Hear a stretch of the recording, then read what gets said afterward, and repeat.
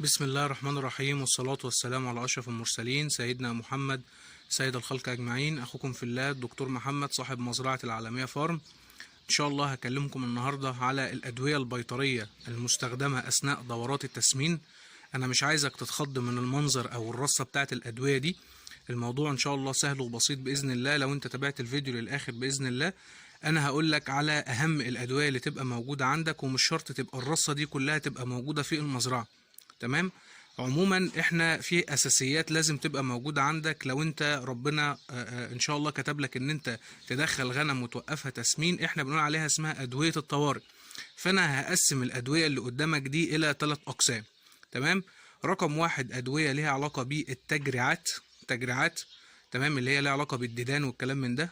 ادوية ليها علاقة بالفيتامينات، تمام، وادوية بيطرية ليها علاقة بالامراض. يبقى انا بقسم الادوية الى 3 اقسام.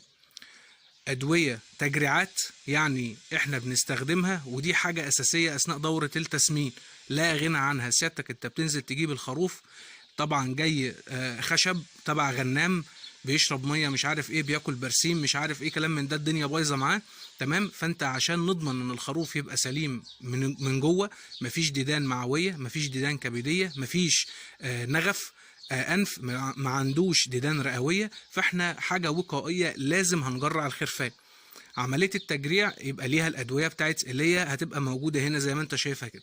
انا بقول لك الادويه اللي انا بستخدمها عندي في المزرعه. تمام. اول حاجه انا عندي حاجه اسمها الليفا فلوك، طبعا التصوير واضح، سيادتك بقى تاخد سكرين شوت للموضوع مفيش مشاكل. تمام. ده اسمه ليفا فلوك. طبعا انا مش هقول الجرع والاستخدامات والكلام من ده هيبقى في فيديو تاني.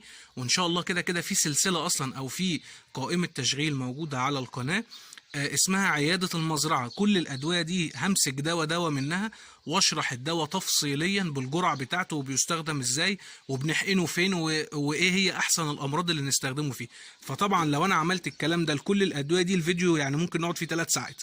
فانا دلوقتي بقول اللي هو الكلام خير الكلام ما قل ودل، واحنا اتفقنا على كده. انا مش عايز الفيديو يبقى طويل عشان الناس ما تزهقش. فانا دلوقتي انا بستخدم تجريع بالفم اسمه ليفا فلوك. طبعا الازازه باينه معاك اهو، ادي بالانجليزي اهو، تمام، وادي بالعربي اسمه ليفا فلوك. الليفا فلوك في منه 3 مقاسات. في منه مقاس صغير عبوه صغيره لو انت عندك خروفين 3، وفي منه النص لتر زي ما انت شايف كده، وفي منه اللتر. خلاص ده ليفا فلوك، ده تجريع بالفم، تجريع بالفم بيتاخد بالبق. خلاص. طيب رقم 2 عندنا اللي هو الحقن. في بقى منه المستورد، تمام، وفي منه المصري. انا عامه بشتغل بالمستورد، حتى الاردني اللي هو الايفوماك الاردني، تمام، ما بقاش ينزل اصلا او نادر انه موجود. فانا طبعا مش هعطل، انا بجيب ايه، بجيب اي حاجه يعني. فده موجود اهو، ده هو بص كده اسم الماده الفعاله، بسم الله اهو، اسمه اكسترا ميكتين. تمام. اهم حاجه اللي هي الماده اللي اسمها الايفر ميكتين دي. خلاص كده الدواء معاك اهو باين. تمام. بالله عليك وانت بتشتري الادويه بص على تاريخ الصلاحيه، يعني ده شغال معايا لغايه 10/24. خلاص. تمام. ده واحد اهو، ده تقريبا ده مصري، ده مصري. تمام. ده تركي. تمام. ده تركي اهو باين برضو معاك اهو، خد سكرين شوت. تمام. ايفر ميكتين 20 او 2%. خلاص. وده تركي اهو، بسم الله، ثانية واحدة اهو، بص كده اهو، يقول لك أنقرة تركي، باين خالص اهو معاك اهو، هنا اهو تركي اهو، ماشي. يبقى دولت دي أدوية بنستخدمها حقن تحت الجلد، أيا كان بقى اللي أنت هتجيبه، سواء كان مصري سواء كان أردني سواء كان مستورد. خلاص. عندنا حاجتين تجريعات، تجريع بالفم زي الليفا فلوك، في حاجات تانية كتير، اي حاجه قدامك هاتها. انا بقول لك اللي انا شغال بيه، لكن لو في حاجات تانية قدامك هاتها مفيش مشاكل. انا مجرب ده وبيجيب معايا نتائج كويسه. والحقن اللي هو مين، الحقن اللي تحت الجلد. تمام. بنشتغل بده وبنشتغل ده. طريقه الاستخدام بقى هتطول معايا، البروتوكول العلاجي هيطول معايا، يبقى نركن على جنب. ده كده القسم الاولاني. القسم الثاني اللي هو بتاع الامراض. احنا عندنا الامراض عموما يعني في غنم التسمين احنا هنقسمها برضو ل3 حاجات. رقم 1 امراض تنفسيه، امراض معويه، امراض في الجلد والخراريج والتهاب التهاب مثلا الايه التهاب الحافر، في خراج طلع في الخروف. ده معظم يعني مثلا مش هيجي مثلا التهاب ضرع، يعني احنا بنسمن ذكور، تمام، مش هيجي التهاب ضرع، فاهمني؟ القصص دي يعني. فاحنا هنقسم الخرفان الى 3 حاجات، او الامراض الى 3 حاجات: امراض تنفسيه، وامراض معويه، اسهالات بقى مش عارف ايه، الخروف بيسهل، الخروف مش عارف ايا كان، تمام، وامراض ليها علاقه بالهيئه العامه بتاعه الخروف، زي مثلا عنده التهاب حافر، عنده خراريج مثلا ولا حاجه. خلاص. طيب انا الامراض التنفسيه انا احسن حاجه بشتغل بيها اهو تايلوفيت. تايلوفيت انا دي الادويه دي كلها مصريه. خلاص. انا هطلع الازازه لان الكرتونه بتاعته بايظه اصلا اهو. تايلوفيت. تايلوفيت. خلاص كده. في منه في منه اللي هو الاردني برضو خلص من عندي ومش عارف اجيبه، اسمه تايلوزين. يبقى ده كده المصري بتاعه اسمه تايلوفيت 20%. خلاص. المادة بتاعته اللي هي التايلوزين اهي، تايلوزين. خلاص. تايلوزين اهي. خلاص كده. في منه الاردني اسمه تايلوزين اصلي. خلاص كده. بادي برضو التاريخ بتاعه 25. فانا لما بروح اشتري ادويه لو سمحت، لان المكاتب احيانا ما بيبقاش عليها سحب، فبعد اذنك هات علبه دواء تاريخ الصلاحيه بتاعتها يقعد معاك 2 ويقعد معاك 3 سنين. ما تروحش تجيب علبه دواء تاريخ الصلاحيه بتاعها هيخلص في 24، هتاخد منها جرعه واحده والباقي هترميه. ده كده بيشتغل معايا تنفسي حلو قوي، اسمه تايلوفيت، حلو قوي. ايه تاني ممكن يشتغل؟ الفلوروميد اهو، فلوروميد 30%. خد سكرين شوت واكتب عليه تنفسي اهو. المادة الفعالة بتاعته فلورفينيكول. فلورفينيكول.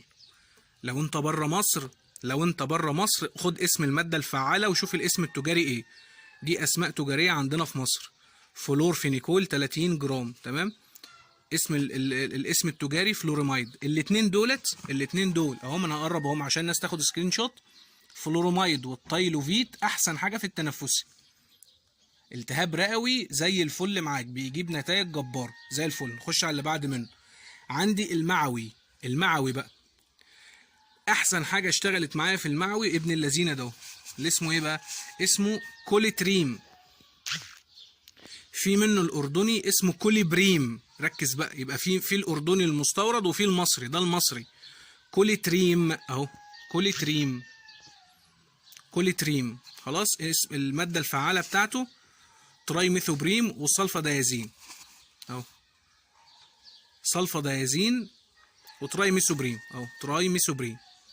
خلاص كده. ده بيشتغل معايا معوي زي الفل. عندك اسهالات، عندك مش اي مشكله معويه، اضرب حقنه من ده هتلاقي الدنيا بص بقت زي الفل. اسمه كوليتريم. خلاص. هجيب لك شكله برضو من جوه. بسم الله اهو. كوليتريم. كوليتريم. طبعا التصوير واضح عشان ما حدش يقول اسماء الادويه. خد سكرين شوت وادي التاريخ بتاعه، يعني بص ده خلاص قرب مني اهو. خلاص. وبص الدواء برضو ايه لسه يعني ما خلصتوش، هيعدي التاريخ بتاعه وشكرا على كده، تمام، ويترم. كوليتريم. ماشي كده. ده معوي. ده معوي. طيب يبقى تاني عشان الناس الموضوع يبقى متسيستم. في ادويه تجريعات وفي ادويه امراض. التجريعات خلاص قلناهم، وبنتكلم دلوقتي في الامراض. الامراض قسمناهم ل3 حاجات: تنفسي ومعوي. قلنا التنفسي وقلنا الايه وقلنا المعوي. خلاص كده. طيب عندي ايه تاني بقى؟ عندي ادويه اسمها ادويه استقبال. ادويه اسمها ادويه استقبال. معلش انا قلت التنفسي والمعوي، وفاضل اللي هو على الجلد من بره زي الخراريج والالتهاب بتاع الحافر. احسن حاجه فيه الجنتاميسين. جنتاميسين برنس في الخراريج، برنس الخراريج جنتاميسين جنتاميسين برنس. اي جرح موجود على الجلد من بره، اي جرح، خروف بقى اتعور، قرنه اتكسر، التهاب حافر، في خراج وانت فتحته، مش عارف ايه كلام من ده، جنتاميسين برنس برنس برنس برنس اهو. جنتاميسين. خد سكرين شوت، التصوير باين عشان والله الواحد كان بيقعد يتفرج على فيديوهات بتاعت ناس تلاقيه ماسك ازازه الدواء على بعد 20 متر، يعني تلاقيه بيصور وعلى بعد 20. يا عم احنا مش شايفين اصلا يعني، تمام. فاحنا بنتعلم وبنحاول ان احنا نقدم ايه، بنقدم حاجه كويسه. طيب يبقى انا دلوقتي ادي التنفسي خلاص كده، وادي المعوي، وادي الجنتامايسين بتاع الخراريج وبتاع اي حاجه على الجلد من بره، جروح بتاع كلام من ده. عندنا ادويه الاستقبال، دي اساسي لازم الخروف ياخدها اول ما يجيلك، اساسي لازم الخروف ياخدها سواء كان صحيا او ظاهريا بره من عليه زي الفل. هما اتنين، الانفيموكس بحبه قوي الصراحه، بس ما بقاش ينزل برضه مستورد وما بقاش يجي ناقص، تمام. اللي موجود عندنا المصري اللي هو اوكسي تتراسايكلين اهو، اوكسي تتراسايكلين. وبرضه هصور لك التاني اسمه اوكسي تتراسايكلين. اللي ايه ده يعني لونج اكتنج، لونج اكتنج يعني طويل مفعول. هتلاقي في منه تركيزين، في تركيز ال5% ما تجيبوش. ليه؟ لان انت هتضطر ان انت تحقن منه كل يوم، تحقن لمده 3 ايام 4 ايام. تركيز ال20% ده طويل المفعول، تضرب حقنه واحده وشكرا على كده. يعني الخروف ينزل هتديله حقنه عضل وشكرا، ما تديلوش حاجه تاني، فهيريحك في الشغل. ركز بقى عشان التريكات دي والله ما حد هيقول لك عليها. يبقى انا لما باجي بجيب اوكسي تتراسايكلين 20% ال ايه طويل مفعول، معرفش بقى لي عربي ولا لا، اهو مكتوب اهو اهو اوكسي تتراسايكلين، انا بقول عربي وانجليزي تمام. اوكسي تتراسايكلين طويل مفعول 20%، خد سكرين شوت خليه معاك، ده اساسي عندك في المزرعه. اي دوره هتخش عندك المزرعه، خرفان بتنقل غنم، اي حاجه هتخش لازم تديها اوكسي تتراسايكلين. طب يا باشا الجرعات ايه، بيتاخد ازاي، مش عارف ايه الكلام من ده، هنزل فيديو خاص للاوكسي تتراسايكلين بالجرعات بتاعته، يتاخد ازاي والامراض بتاعته وكل الكلام ده، بس عشان الفيديو ما يطولش مني بالله عليكم. يبقى اوكسي تتراسايكلين 20%. في منه اشكال كتيره بقى، في بقى منه ده شركه تانية هتلاقيها منزله حاجه اسمها تترا لونج، تمام. اللي تلاقيه قدامك هاته، يعني بص ده كده اهو، اسمه برضو ايه تترا لونج، ده شركه تانية. اوكسي تتراسايكلين 20% طه ميم يعني طويل مفعول، خلاص. ده شركه مش عارف اسمها سامافيت، ايا كان بقى اللي قدامك هاته، خلاص كده. طيب البرنس ده انا بسميه البرنس الصراحه، انفيموكس، يعني ده الجندي المجهول. عندما يتعثر كل هذه الادويه اضرب حقنه انفيموكس تلاقي الدنيا ظبطت معاك، تمام. بصراحه يعني دواء مشرفني، عمري ما استخدمته ونشنت عليه الا لما الصراحه رفع راسي. اسمه انفيموكس 15% ال ايه يعني لونج اكتنج. بص بقى الادويه المستورده مش هتلاقي فيها عربي، فاهم؟ يعني اي دواء مستورد هتلاقيه مكتوب كله بالانجليزي، خلاص كده. يبقى ده طويل مفعول، بص مكتوب اهو لونج اكتنج، لونج اكتنج، وبيتحقن انترا ماسكولار يعني بيتاخد في العضل، يعني انترا ماسكولار يعني عضل. ده تقريبا مش عارف تقريبا ما هو مستورد بس مش فاكر، هو مش عارف كاتبين فين بقى. اهو بص كده هو مستورد، هو اسباني. ثانية واحدة اهو بص كده اهو، برشلونة اسبان، يعني الاوريجين بتاعه اسبانيا يعني، ده مستورد اسباني، تمام. التاريخ بتاعه 11/24، هو اصلا كده العلبه خلصت يعني، تمام. ليه؟ لما اي حاجه بتزنق فيها روح بص ضارب واحده انفيموكس الموضوع انتهى. وخد بالك برضو بيتاخد جرعه واحده، يعني الانفيموكس ده بيتاخد جرعه واحده لانه طويل مفعول. دواء مشرف برضو بستخدمه اثناء الاستقبال، الخرفان لسه نازله، تمام. اروح مدي كل خروف مثلا 3 سم عضل، تمام. كده انا هحكي لك القصه بتاعته في فيديوهات منفصله تانية، خلاص. ده كده بالنسبه للانفيموكس، دي ادويه الاستقبال. طيب ادويه لا غنى عنها، ادويه مضاد للالتهاب والسخونيه، دي اساس. يعني بص سيادتك، سيبك بقى من كل اللي انا عملته ده، مفيش غنى عن الاربع ادويه دول اللي انا احط ايدي عليهم دول، لا غنى عن الاربعه دول. تجيب بقى دول مع بعض، تجيب دول مع بعض، تجيب ده مع ده، ده مع ده، ايا كان. يبقى ادويه الاستقبال دي لازم تبقى موجوده، ما ينفعش تنزل خرفان، تمام. لان في حاجه خطيره جدا اسمها حمى النقل، تمام، خطيره جدا، ممكن في خلال يومين 3 تلاقي الخروف راح طبب منه. فانا بدي حاجه وقائيه، مضاد حيوي وقائي، مش هستنى الخروف يتعب وبعد كده اعالجه. فانا بشتغل في حمى النقل دي بشتغل بالانفيموكس او بشتغل بالاوكسي تتراسايكلين طويل مفعول، زائد مسكن ومضاد للالتهاب. هما 2 موجودين، واشهر واحد طبعا الدفلام، تمام. ده رخيص شويه تقريبا، مش عارف باين ب 85 جنيه العلبه ولا ايه.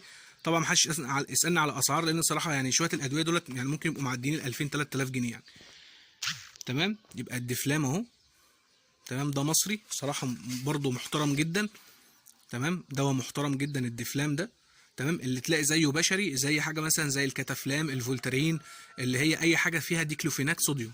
نبص الماده الفعاله بتاعته اهي، بص كده ديكلوفيناك، احنا بنستخدمها بشري اصلا، الفولتارين اصلا اسمه برضه هتلاقي الماده الفعاله بتاعته ديكلوفيناك صوديوم.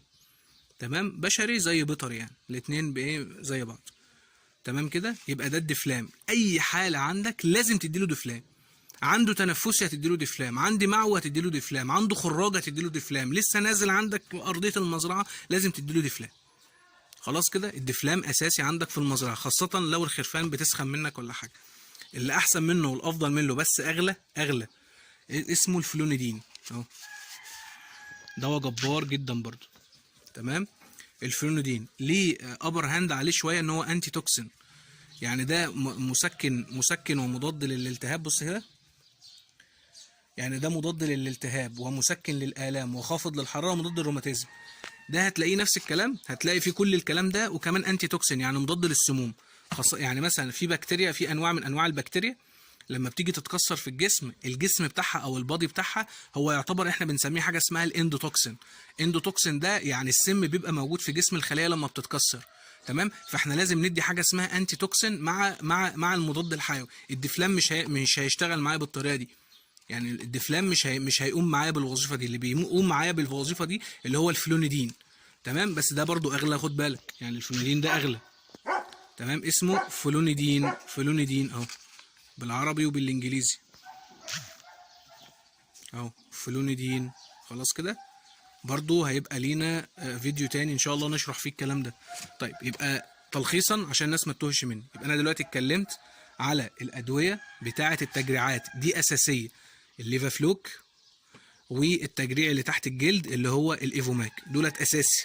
اي دوره تسمين لازم الكلام ده يبقى موجود فيه. ادويه الاستقبال لازم تبقى موجوده عندك، حاجه للسخونيه وحاجه للاستقبال لحمى النقل، اللي هم دولت مش اساسي عندك، يعني دولت ممكن تروح تشتريهم على حسب الطلب، يعني مش شرط تجيب علبه منهم وتخليهم عندك. تمام، بس انا بقول لك علشان عندي عدد والمزرعه فيها روس كتيره، فلا انا بشتريهم اخليهم عندي احتياطي. لكن انت عندك 10 خرفان 5 خرفان، مش هروح اشتري علبه تايلوفيت اخليها عندي. ولكن لما يبقى عندك تنفسي، تمام، هتروح للطبيب تقول له انا عايز مثلا جرعه تنفسي اسمها تايلوفيت، وتصور له ده وتديهوله. خلاص كده، او هتروح اي مكتب وتقول له انا عايز 10 سم مثلا تايلوفيت. الكوليتريم معوي، تقول له انا عايز مثلا 5 سم، تشتري من، انا قصدي ان انت تشتري قطاعي.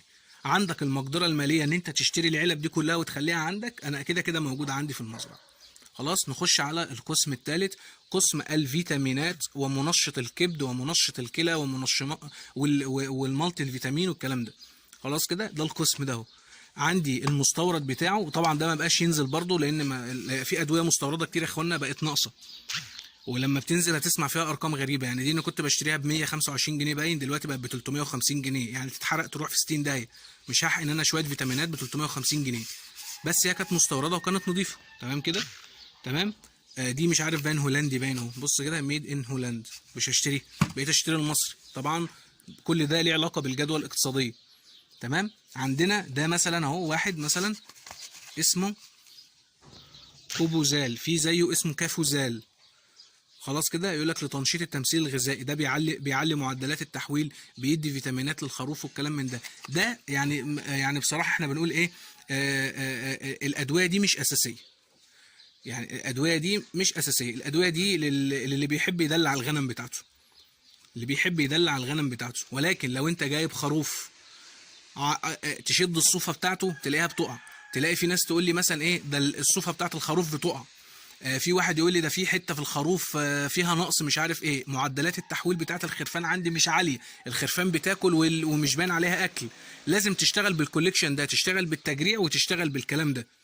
لكن لو انت الدنيا عندك ماشيه مظبوطه والتحويل عندك كويس والغنم بيبان عليها الاكل والكلام من ده، يعني دي بنقول عليها ايه، نزاهه. يعني الادويه ديت نزاهه كده في المزرعه، لما تحب تدلع الغنم بتاعتك تديها حقنه فيتامين مثلا ولا حاجه. ففي منهم حاجات كتير الصراحه. في مثلا مالتي فيتامين، ده لما لقيت ده غالي اشتريت ده مكانه، ده تقريبا مصري برضو بس ارخص منه شويه اهو، اسمه مالتي فيتامين برضو. انا بقول لك اي حاجه مالتي فيتامين، تضرب للخروف بعد التجريع تديله حقنه مثلا 5 سم ولا حاجه وشكرا على كده، 5 سم وشكرا على كده، مره واحده عضل وشكرا بس كده. برضو لما تيجي تبص هنا هتلاقي هي نفس الايه، نفس الفيتامينات بتاعه المستورد. تمام، ما يعني انا بقول لك هي نزاهه، يعني نزاهه. تمام، ده برضو نفس الكلام، منشط للايه، منشط للنمو. بص انا حتى بكتب عليه من بره اهو، بيقول لك ايه، 3 سنتي عضل مرة واحدة، او منشط للكبد 3 سنتي عضل مرة واحدة. انا كاتب عليه من بره ليه انا، خلاص برضو نفس الكلام اهو. اسمه ايه؟ اسمه بيوتازال. ماشي كده، ايا كان الاسماء اللي موجوده عندك، انت بتروح تقول له انا عايز مالتي فيتامين، تمام، زي ده مثلا، وتقول له انا عايز منشط للكبد وعايز منشط للكلى مثلا ولا حاجه. شكرا على كده. في مثلا ده اهو، ده منشط للكبد برضو، خلاص، اهو بيتاخد 3 سم عضل كل يومين اهو. اسمه ايه بقى؟ اورني جرو. بص كاتب ايه؟ هيباتو بروتكتور وامونيا ريجوليتور. خلاص، الحاجات بتاعته ايه؟ مع اسبارتيك اسيد، جلوتاميك اسيد، كلها احماض امينيه. اخر حاجه بعد الفيتامينات، خلاص، بيكربونات. لازم تحط بيكربونات على العلف، خاصه لو كانت الغنم اللي انت شاريها غنم سرحه او غنم بتاعت غنامين، غنام يعني غنم سرحه ما كلتش علف مركز قبل كده. الغنم دي لما بتخش على العلف اول مره بيبقى احتماليه انها يجي لها لكمه عاليه جدا، فلازم تقلب على العلفة المركزة بتاعتك. العلف اللي انت بتجيبه ده لازم تحط عليه بيكربونات صوديوم عشان تقلل الحموضة بتاعت الكرش، وفي نفس الوقت تمنع اللكمة. الكلام ده مهم.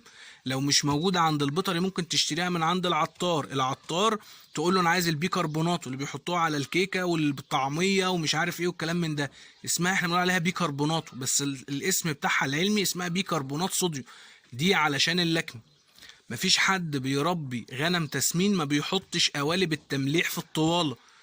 قوالب التمليح اساسي معاك. القالب من ده مش عارف باين ب 30 35 جنيه، تمام. بص حتى اهو شكل الغنم وهي بتاكل منه ايه، يعني انا ده جايبه من الطواله من جوه. بص الغنم ايه مقرقضه فيه ازاي، الغنم بتاكل فيه اهو. خلاص، ده اسمها قوالب تمليح. ده عناصر قليلة ولكن مهمة جدا جدا علشان الانزيمات بتاعة الهضم بتاعة الخروف، يعمل انزيمات كويسة فيهضم احسن فيحول احسن واحسن. يبقى الحاجات دي قدامك اهو. ما ينفعش يبقى عندك الكلام ده ومفيش شوية سرنجات عندك في المزرعة. انزل هات لك 5 سرنجات 5 سم، 5 سرنجات 3 سم، مش عارف ايه كلام من ده، شوية سرنجات على شوية سنون، خليهم معاك في المزرعة.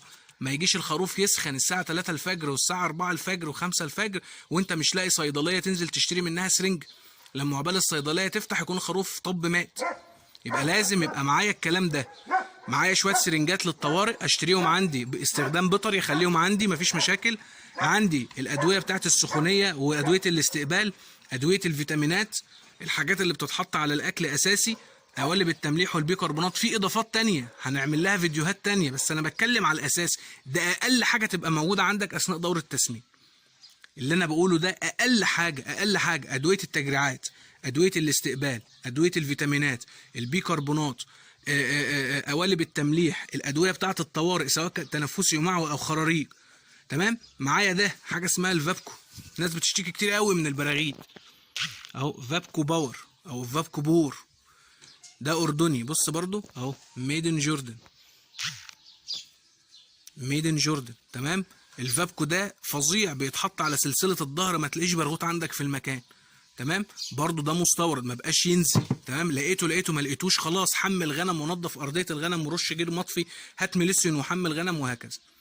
يبقى الفيديو انا اسف لو كان طول، بس متخيل بقى لو انا كنت مسكت كل دواء من دول وقعدت اشرح بيتاخد ازاي ومش عارف ايه وكلام من ده. فان شاء الله الفيديوهات الجايه باذن الله، تمام، همسك كل دواء منهم. انا عامه شارح كميه كبيره منهم. خش على القناه، تمام، هتلاقي في حاجه اسمها عياده المزرعه، هتلاقي كل دواء من دول ان شاء الله متاخد بالتفصيله بتاعته ومشروح لوحده.